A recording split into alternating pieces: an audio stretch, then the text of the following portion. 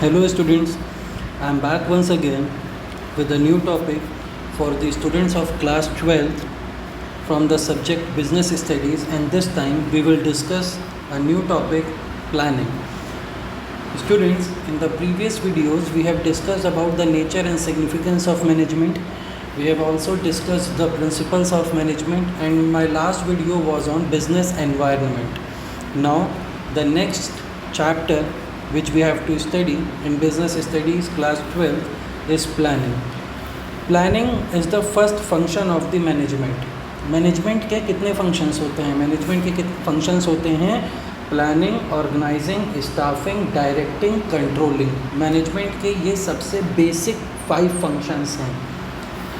तो मैनेजमेंट का जो सबसे पहला फंक्शन है वो है प्लानिंग, और आज हम लोग प्लानिंग ही पढ़ेंगे। So without wasting any time students, let's start with the topic planning. So student, first of all, what do you mean by planning? Student, planning simply means deciding in advance that what is to be done in the future. Planning is deciding in present what is to be done in future. It involves anticipation of future course of events and deciding the best course of action. Future में क्या करना है उसको present में ही decide कर लेना, और उसको किस तरह से करना है, किस टाइम पे करना है, ये प्लानिंग कहलाती है। Like if a students want to score a very good marks in his studies, तो वो क्या करता है? वो प्लानिंग करता है from the very first day of the session, that equal attention in all the subject. वो अपना टाइम टेबल बनाएगा कि इतना टाइम होमवर्क के लिए, इतना टाइम सेल्फ स्टडीज़ के लिए। आपने एक सर्टेन टाइम अमाउंट दिया अकाउंटेंसी को, फिर इकोनॉमिक्स को, फिर बीएसटी को। तो इस तरीके से प्लानिंग करके अगर वो स्टडी करेगा तो उसको ऑब्वियस सी बात है फ्यूचर में होने वाले एग्जामिनेशन में उसको मार्क्स अच्छे मिलेंगे, उसके परसेंटेज अच्छे होंगे। तो अगर सीधे और साफ शब्दों में बात करें तो प्लानिंग का सिंपल सा मतलब है कि deciding in advance that what is to be done in future. It involve setting up of objectives and deciding the appropriate course of action. कि सबसे पहले एक ऑब्जेक्टिव को डिसाइड करिए कि ये पर्टिकुलर ऑब्जेक्टिव अचीव करना है, और उस ऑब्जेक्टिव को अचीव करने के लिए क्या क्या आपको प्लान्स, पॉलिसीज़ बनानी पड़ेंगी, कौन कौन से कोर्स ऑफ एक्शन को फॉलो करना पड़ेगा, ये सब प्लानिंग के अंडर ही आता है। अब अगर आपको इतना समझ में आया तो let's define planning in a very proper way. Students, planning refers to the process of setting objectives for a given time period, formulating various courses of action to achieve them, and selecting the best possible alternative from among the various course of action available। सबसे पहली बात कि objective को set करिए कि एक particular objective को इतने पर्टिकुलर टाइम लिमिट के अंदर आपको अचीव करना है। उसके अलावा उस ऑब्जेक्टिव को अचीव करने के लिए कौन कौन से वेरियस मेथड्स, कौन कौन से वेरियस वेज हो सकते हैं, वो सारे देखिए, और उन वेरियस वेज या कोर्स ऑफ एक्शन में से जो सबसे बेस्ट वे हो उसको आप चूज़ करिए अपने ऑब्जेक्टिव्स को पाने के लिए, अपने ऑब्जेक्टिव्स को अचीव करने के लिए।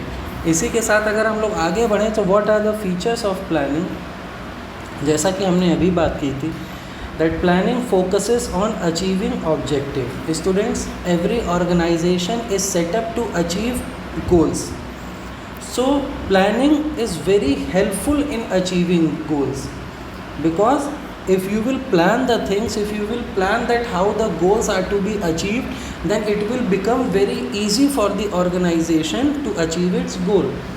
Secondly, जैसे मैंने आपको पहली लाइन में ही बताया था, that planning is the primary function of the management. Management के कितने फंक्शंस होते हैं? Planning, organising, staffing, directing, controlling, और ये बेटा सीक्वेंस में ही चलेंगे।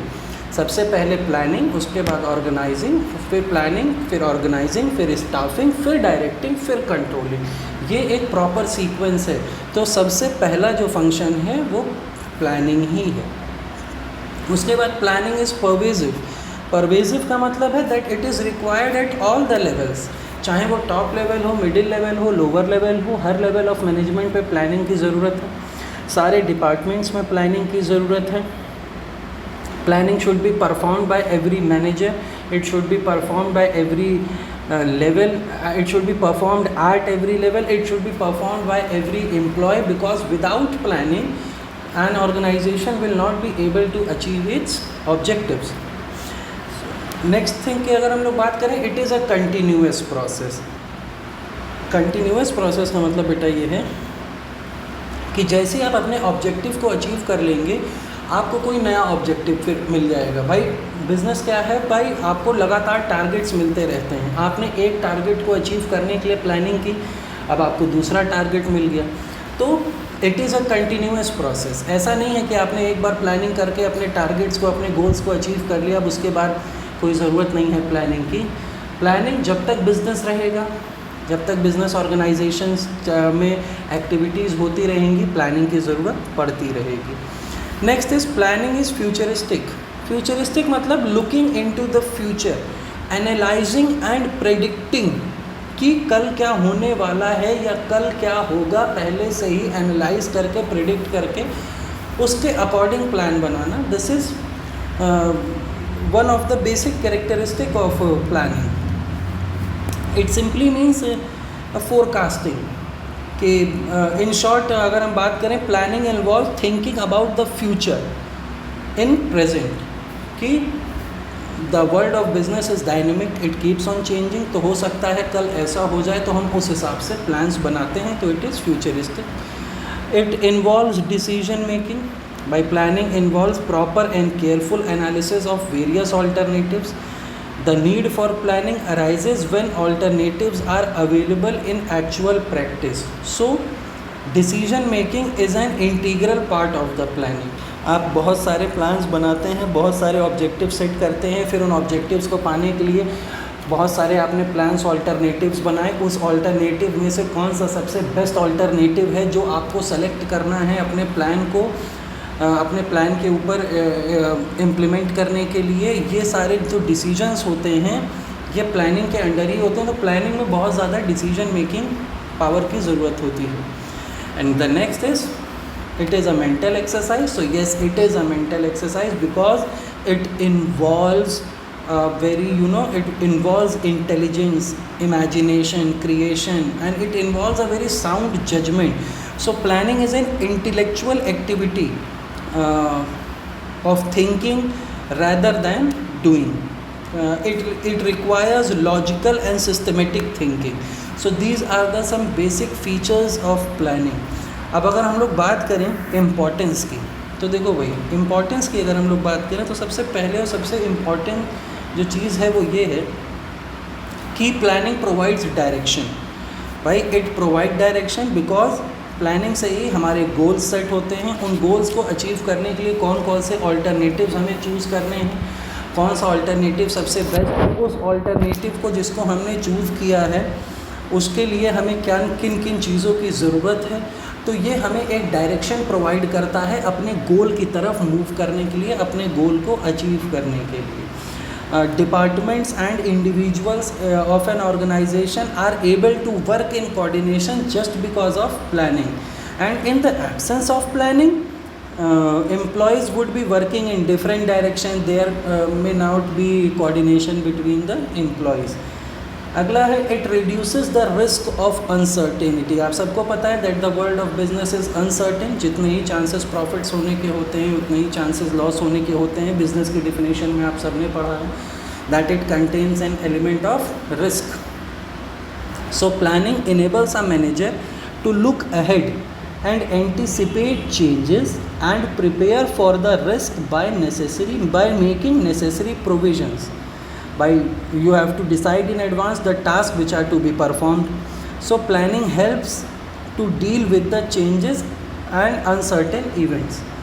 Or the uncertainties cannot be eliminated but they can be anticipated. जो losses होने वाले हैं उनको या जो अनसर्टेनिटीज़ होने वाली हैं उनको ख़त्म तो नहीं कर सकते हैं बट उनके से होने वाले लॉसेस को कम ज़रूर कर सकते हैं. So it reduces the risk of uncertainty. Planning reduces overlapping and wasteful activities. अगर आपने प्रॉपर प्लान के हिसाब से काम कर रहे हैं तो एक्टिविटीज़ ओवरलैप नहीं करेंगी, आपके रिसोर्सेज वेस्ट नहीं होंगे, there will be optimum utilisation of resources, there will be effectiveness and efficiency in the business. Planning promotes innovative ideas. Yes, it promotes innovative ideas. While planning, many new ideas may arise. They must be very creative, innovative, and the ideas may depend upon the mental ability and mental capability and the knowledge of the managers. So it promotes new ideas. भाई जो idea जितना नया और innovative होगा, हो सकता है कोई आइडिया ऐसा हो जिसमें किसी बिजनेस ऑर्गेनाइजेशन की कॉस्ट बहुत कम लग रही हो और टाइम पीरियड के अंदर ही आप अपने ऑब्जेक्टिव्स को अचीव कर ले रहे हो. सो अभी मैंने आपको बताया ना, it is a mental exercise. तो आप जितना अच्छा, जितना इनोवेटिव, जितना क्रिएटिव सोच सकेंगे अपने बिजनेस के लिए, that will be for the betterment of the business. Next point हम लोग पहले भी डिस्कस कर चुके हैं कि it facilitates decision making. It facilitates decision making. Planning के दौरान आपको बहुत सारे डिसीजंस लेने पड़ते हैं. कैसे प्लान्स बनने हैं, कितने तरह के बनने हैं, हर प्लान को पूरा करने के लिए कौन कौन से वेज हैं, कौन सा वे उसमें से सबसे ज़्यादा बेस्ट है, किस में कौन से स्टाफ को रखना है, कितना रॉ मटेरियल लगेगा या कितनी अदर चीज़ें आपको ऑर्गेनाइज करनी पड़ेंगी. इन सब का डिसीजन आपको प्लानिंग के दौरान ही लेना होता है. अगला है planning establishes standards for controlling. भाई planning establishes standards for controlling means, controlling का सिंपल सा मतलब होता है comparison of actual performance with pre determined standard.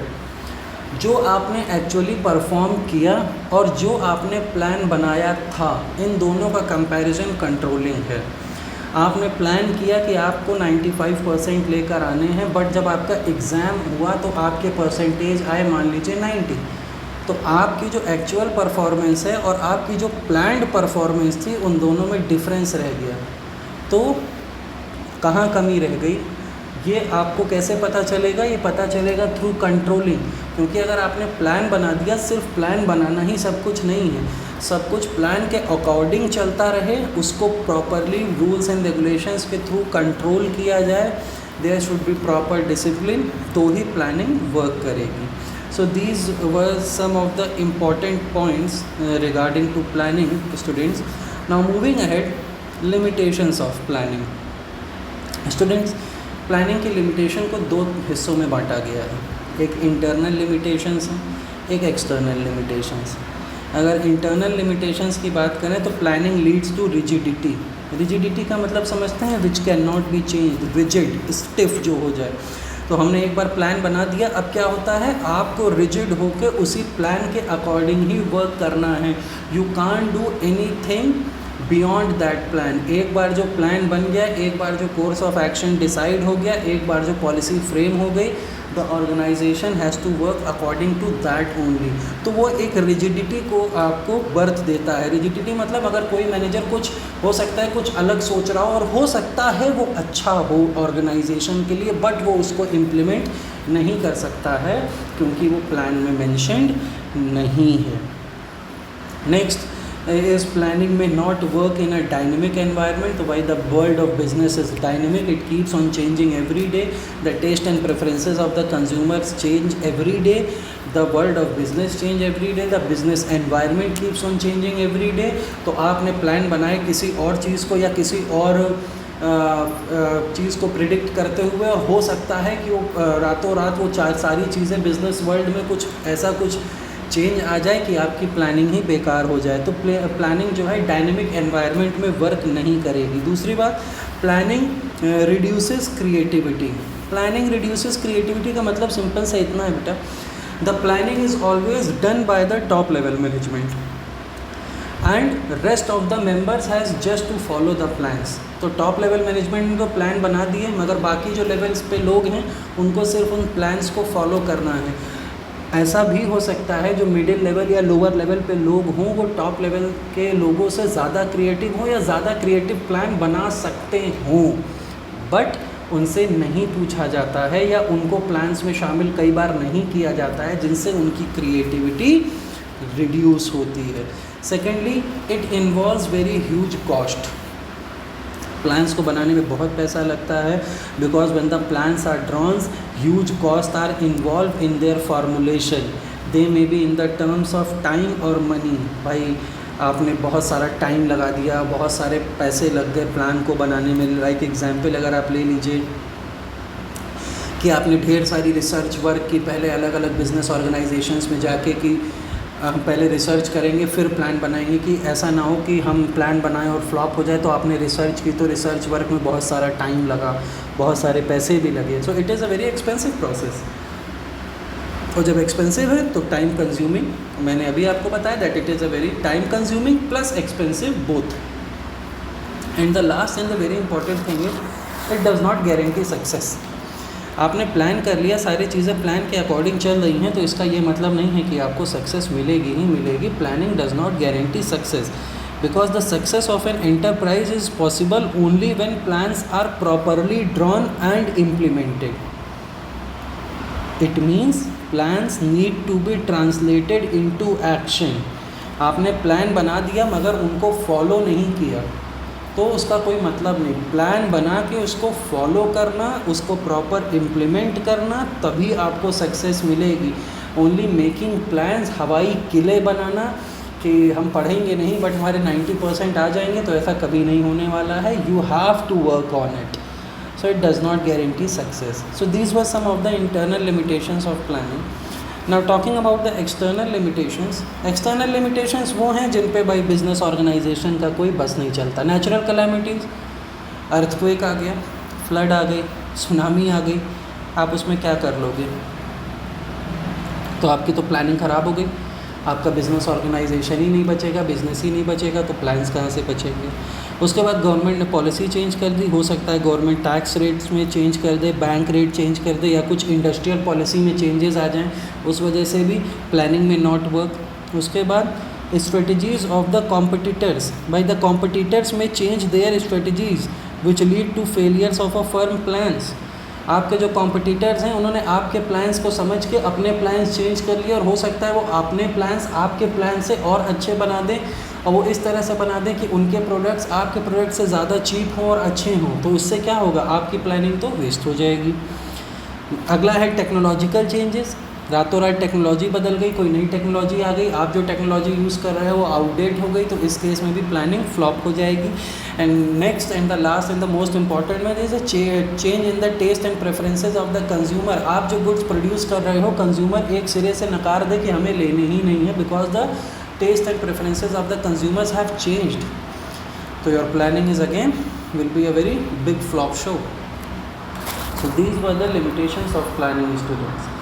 Now moving ahead, steps in planning process. देखो बेटा 7 स्टेप होते हैं, और ये 7 के 7 स्टेप आपको इसी ऑर्डर में याद करने हैं। सबसे पहले सेटिंग ऑब्जेक्टिव, फिर डेवलपिंग प्रेमाइसेस, फिर identifying alternative course of action, evaluating alternative courses, selection of an alternative, implement the plan and follow up action. Setting up objective का मतलब सबसे पहले तो एक ऑब्जेक्टिव सेट किया जाए ऑर्गेनाइजेशन के लिए, हर डिपार्टमेंट के लिए, कि हमें करना क्या है, हमारा टारगेट क्या है। मान लीजिए ऑर्गेनाइजेशन ने ये ऑब्जेक्टिव सेट कर लिया कि हमको अपनी सेल को 20% से इंक्रीज़ करना है, तो this is setting up of objectives. दूसरी बात, आपने जो भी ऑब्जेक्टिव सेट किए हैं वो सारे डिपार्टमेंट्स को, सारे यूनिट्स को, सारे एम्प्लॉयज़ को बिल्कुल क्लियरली स्टेटेड होने चाहिए कि this is the objective which is to be achieved by our firm. अब जब आपने डिपार्टमेंट्स को बता दिया, एम्प्लॉयज़ को बता दिया, तो each and every department, each and every employee and each and every unit should be prepared. उनको अपने आप को प्रिपेयर कर लेना चाहिए कि उस ऑब्जेक्टिव को किस तरह से अचीव करना है। उन लोग अपनी अपनी भी स्ट्रेटजीज़ बना सकते हैं। भाई हर डिपार्टमेंट की अपनी स्ट्रेटजी होगी। आपको एक कॉमन गोल दे दिया गया कि that the sale has to be increased by 20%। अब इसमें डिपार्टमेंट्स किस किस तरह से अपना अपना योगदान दे सकते हैं वो हम लोग अपना आपस में देख लेंगे। अगला है डेवलपिंग प्रेमाइसेस। डेवलपिंग प्रेमाइसेस का मतलब है planning premises are the assumptions made about the future on the basis of which plans are drawn।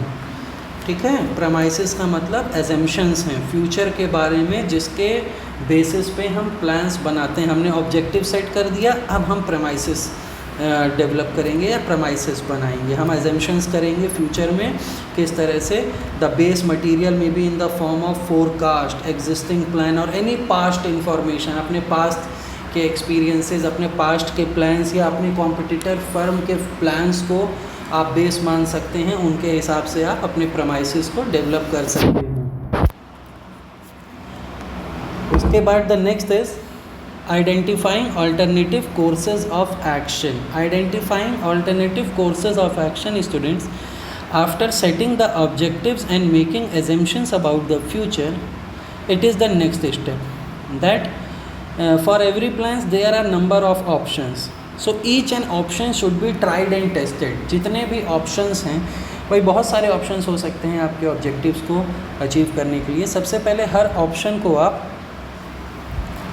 Analyse कर लीजिए। अब स्टेप नंबर 3 और 4 में एक साथ बताता चल रहा हूँ। सबसे पहले तो आइडेंटिफाई करो कि कौन कौन से ऑप्शंस हो सकते हैं, फिर उन सारे ऑप्शंस को इवैल्यूएट करिए, एनालाइज करिए, ट्राई करिए, टेस्ट करिए कि दैट विच पर्टिकुलर ऑप्शन या which particular course of action will be beneficial, जिसमें रिसोर्सेज कम वेस्ट होंगे, कॉस्ट कम लगेगी, the quality of the goods और the quality of the material produced will be very good और it will give us effectiveness, it will give us efficiency. तो ये सारे आप पहले आइडेंटिफाई करिए सारे कोर्सेज ऑफ एक्शन को, उसके बाद उनको इवैल्यूएट करिए। इवैल्यूएशन के बाद जो आपको सबसे बेस्ट ऑप्शन लगे उसको आप सेलेक्ट कर लीजिए और वो आ जाएगा step number 5, that is selecting an alternative. That after evaluating the various alternative, the next step is to select one, the best one. The alternative should be selected, should be the most profitable and with least negative consequences, जिसमें सबसे ज़्यादा profit हो और negative consequences जिसमें सबसे ज़्यादा कम हो, उस कोर्स ऑफ एक्शन को आपको सेलेक्ट करना है। And next will be the implementation of the plan, and this is the step where other managerial function also come into picture. This step is concerned with transforming the plan into action. अब आप अपने सारे department, सारे managerial staff को, सारे managers को आप information दे दीजिए कि now get ready for action, and the last step will be follow up action. The last step in the planning process is to see whether the plans are being implemented and the activities are performed according to the schedule or not. Inspection बहुत ज़रूरी है। आपने इतना सारा काम किया, time invest किया, cost incur की, बट अगर आप उसको फॉलो अप नहीं करेंगे, उसको इंस्पेक्ट नहीं करेंगे, तो ये प्लान्स फ्लॉप हो जाएंगे एंड विच विल इनकर the firm into huge losses. So student, this was the planning process, and now we will discuss about that what is a plan and what are the types of plans. Students, सबसे पहले बात करते हैं plan होता क्या है। Plan is a document showing a very detailed scheme, program or strategy worked out in advance for fulfilling an objective। एक ऐसा डॉक्यूमेंट डिटेल में जो हमें बताए कि क्या स्कीम है, क्या प्रोग्राम है, क्या स्ट्रेटजी एक फर्म ने बनाई है अपने ऑब्जेक्टिव को फुलफ़िल करने के लिए। प्लान्स स्टूडेंट्स दो तरह के होते हैं, single use plan and standing plan.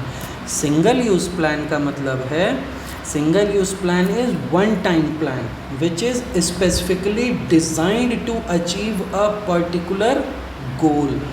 किसी एक स्पेशल पर्पस के लिए जो प्लान बनाया जाएगा वो सिंगल यूज़ प्लान होगा, कि वो एक स्पेशल पर्पस के लिए एक स्पेशल प्लान बनाया गया जिसको सिर्फ एक ही बार यूज़ करना है, that will be a single use plan. Standing plan क्या है? Standing plan is one which is used for activities that occur regularly over a period of time. जो एक्टिविटीज़ रेगुलरली आपके बिजनेस ऑर्गेनाइजेशन में हो रही हैं, जो एक्टिविटीज़ लगातार आप जिनको फेस कर रहे हैं, अगर आप उनके लिए कोई प्लान्स बनाते हैं तो वो स्टैंडिंग प्लान्स की कैटेगरी में आएगा। स्टूडेंट, सिंगल यूज़ जो प्लान्स होते हैं वो बेसिकली दो तरह के होते हैं। एक को हमने, जैसे एक को कहा गया प्रोग्राम और दूसरे को कहा गया बजट। बजट भी एक special type of single use plan है और प्रोग्राम भी एक special type of single use plan है।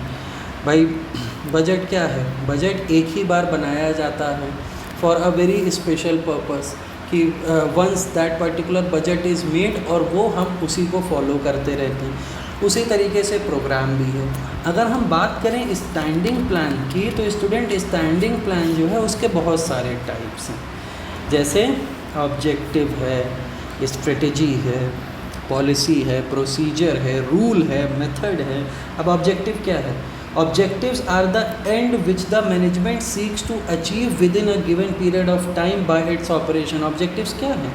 Objective है it is the result जो मैनेजमेंट चाहता है at a given period of time, at the end of the given period of time. तो ये ऑब्जेक्टिव है। या आप कह सकते हैं it is a desired future position which the management wants to reach. एक ऐसी पोजीशन जिस पर मैनेजमेंट पहुंचना चाहता है फ्यूचर में, वो ऑब्जेक्टिव है। एंड ये एक ऑब्जेक्टिव जो होता है वो प्लानिंग का एंड पॉइंट होता है। हम प्लान्स क्यों बनाते हैं? अपने ऑब्जेक्टिव्स को अचीव करने के लिए। स्ट्रेटजी क्या है? Strategy is a comprehensive plan for accomplishing an organisation objectives. एक कॉम्प्रिहेंसिव प्लान होता है जो ऑर्गेनाइजेशनल ऑब्जेक्टिव को अचीव करने के लिए बनाया जाता है। ठीक है। स्ट्रेटजी के बेसिकली 3 डायमेंशन होते हैं। पहला होता है डिटरमाइनिंग लॉन्ग टर्म ऑब्जेक्टिव्स, दूसरा होता है adopting a particular course of action, और तीसरा होता है allocating resources necessary to achieve the objective. अब अगला पॉलिसी। पॉलिसी क्या है? पॉलिसी का सिंपल सा मतलब है they are general statements that guide thinking और channelise energy towards a particular direction. एक जर्नल स्टेटमेंट्स हैं जो आपको गाइड करते हैं, आपकी थिंकिंग को गाइड करते हैं और एनर्जी को चैनलाइज करते हैं एक पर्टिकुलर डायरेक्शन की तरफ, कि वो सारी एनर्जी, वो सारी थिंकिंग एक ही तरफ फोकस्ड रहे ताकि आपके बिजनेस के ऑर्गेनाइजेशनल जो ऑब्जेक्टिव्स हैं उनको अचीव किया जा सके। Policy basically it is required at all the levels and all the departments of the organization. अगला जैसे प्लान है वो है प्रोसीजर। प्रोसीजर से आप क्या समझते हैं? प्रोसीजर से हम सिर्फ इतना सा समझते हैं कि it is a chronological sequence of various steps to be taken in order to perform an activity in an efficient manner. Procedure का मतलब है कि एक पर्टिकुलर ऑब्जेक्टिव को अचीव करने के लिए कौन कौन से स्टेप्स लिए जाएंगे और वो किस सीक्वेंस में लिए जाएंगे, उस सीक्वेंस को हम लोग प्रोसीजर कहते हैं। और प्रोसीजर में एक चीज़ का भी ध्यान रखना है स्टूडेंट्स कि all the things should be done efficiently. Rules का मतलब क्या हो गया? रूल्स का सिंपल सा मतलब हो गया that they are specific statement that inform what is to be done. Rules वो स्टेटमेंट हैं जो हमें बताते हैं कि क्या करना है, वो मैनेजरियल डिसीजन होता है। रूल्स कौन बनाता है? Top level management. Rules rigid होते हैं and they should be followed strictly. और रूल सबसे सिंपलेस्ट टाइप ऑफ प्लान्स होते हैं क्योंकि इनमें कोई चेंजेस नहीं होता, कोई कॉम्प्रोमाइज़ नहीं होता। तो ये हो गई बात रूल की। And the last is the method. तो मेथड का मतलब होता है it is a prescribed process in which a particular operation और an activity is performed considering the objective of the organisation. एक ऐसा प्रोसेस जिसमें एक बिज़नेस का ऑपरेशन परफॉर्म किया जाता है अपने ऑब्जेक्टिव को अचीव करने के लिए। इसका मतलब होता है it deals with a task comprising one step and specifies how this step is to be performed. कौन कौन से स्टेप्स लेने हैं अपने ऑर्गेनाइजेशनल ऑब्जेक्टिव को अचीव करने के लिए, और उन स्टेप्स को किस तरह से परफॉर्म करना है, किस इस तरह से उन स्टेप्स को लेना है, या किस तरह से कोर्स ऑफ एक्शन को डिटरमाइन करना है, ये पर्टिकुलर जो हमको प्लान समझाएगा उस प्लान को हम लोग कहते हैं मेथड। इट डील्स सिंपली, अच्छा बात करें तो selection of proper method saves time. अगर आपने प्रॉपर मेथड अडॉप्ट किया है तो आपका टाइम बचेगा, आपका मनी बचेगा, और आपका इंक्रीज़ क्या होगा, इफ़ेक्टिवनेस और एफिशिएंसी। तो ये तो टाइप्स ऑफ स्टैंडिंग प्लान्स हो गए स्टूडेंट्स। अब अगर हम बजट की बात करें कि बजट क्या है, तो बजट का सिंपल सा मतलब है that it is a statement of expected result in numerical terms, कि जो रिज़ल्ट आना है उसको मनी के टर्म्स में एक्सप्रेस कर दिया है कि कितना पैसा लगेगा और कितना पैसा हम कमाएंगे। इसका जो स्टेटमेंट होता है उसको हम लोग बजट कहते हैं। सिंपल सा मतलब है it is a plan of facts and figures. And budget may also be prepared to show the number of workers required in a factory at the time of production, wages paid to them, and what revenue will organization will receive at the time of sales. और programme का मतलब है it is a detailed statement about a project which outlines the objectives, policies, procedure, rules, tasks, human and physical resources required in any course of action. So these were the types of plans students. आगे इस video में मैंने आपको और अच्छे से समझने के लिए आपके लिए डिफरेंसेस डाले हुए हैं। देखिए difference between single use plan and standing plan आपको मैंने दिया है। अगर आप इसको पढ़ेंगे, there are basic 6 difference between single use and standing plan. अगर आप इसको पढ़ेंगे तो आपको और क्लियर हो जाएगा कि सिंगल यूज़ प्लान और स्टैंडिंग प्लान्स क्या क्या होते हैं। इसके अलावा there is a difference between policies and objectives, there is a difference between policy and strategy, there is a difference between policy and procedure, and there is a difference between procedure and rules, policies and rules and methods, and there is a difference between procedure and methods. So student, I hope you will learn a lot from this video. This was all about for this topic planning. मतलब planning में जितना basic था, मैं ये तो नहीं कह सकता that this is a very detailed explanation of this particular topic, but the basic things of planning, that what is planning, its characteristics, its importance, advantages, disadvantages, what are the types of plan, what is planning process, ये सब कुछ आपको इस एक छोटे से video में मैंने आपको एक समझाने की कोशिश की है। Go through the video. After watching the videos, go through your books also for better understanding. If you have any query, any confusion, you can ask me anytime. I am always there for you all. And our next video will be on our next topic. Planning के बाद अगला function कौन सा है management का? Planning के बाद organising. तो हमारा अगला वीडियो ऑर्गेनाइजिंग पे होगा। जब तक अगला वीडियो आता है तब तक keep on watching this video, keep on watching my previous videos of DST and accountancy both. Keep studying. Best of luck to everyone and thank you.